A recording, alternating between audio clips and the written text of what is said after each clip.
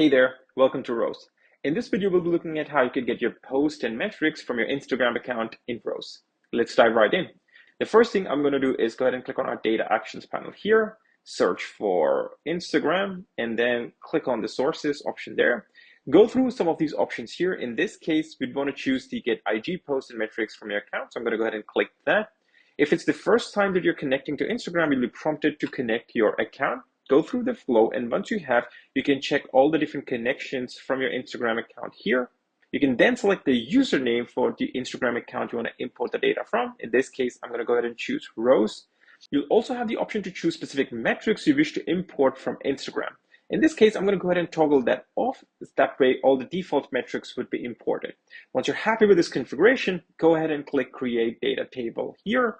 Give it a couple seconds, and there you go. You'll now have all the data populated in this table like so. The very next thing I'm going to go ahead and do is set up an automation such that I don't have to do this task again tomorrow. For that, I'm going to go ahead and select automation and toggle this option on.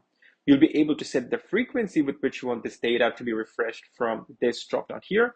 Please also make sure you select the right time zone at which you want the data to be refreshed. You'll also have the option to either replace the entire data that's being refreshed or log the data based on different values.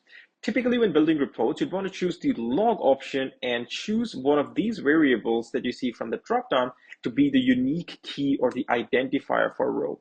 By default, it selected the extreme left column, which is the ID, and that's exactly what we need at this point in time. So I'm going to leave that as is. Once it's done, you can then go back and play around with the columns and layout of this particular table.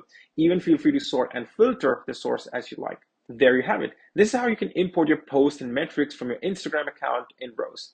I hope this video helps, and thanks for watching.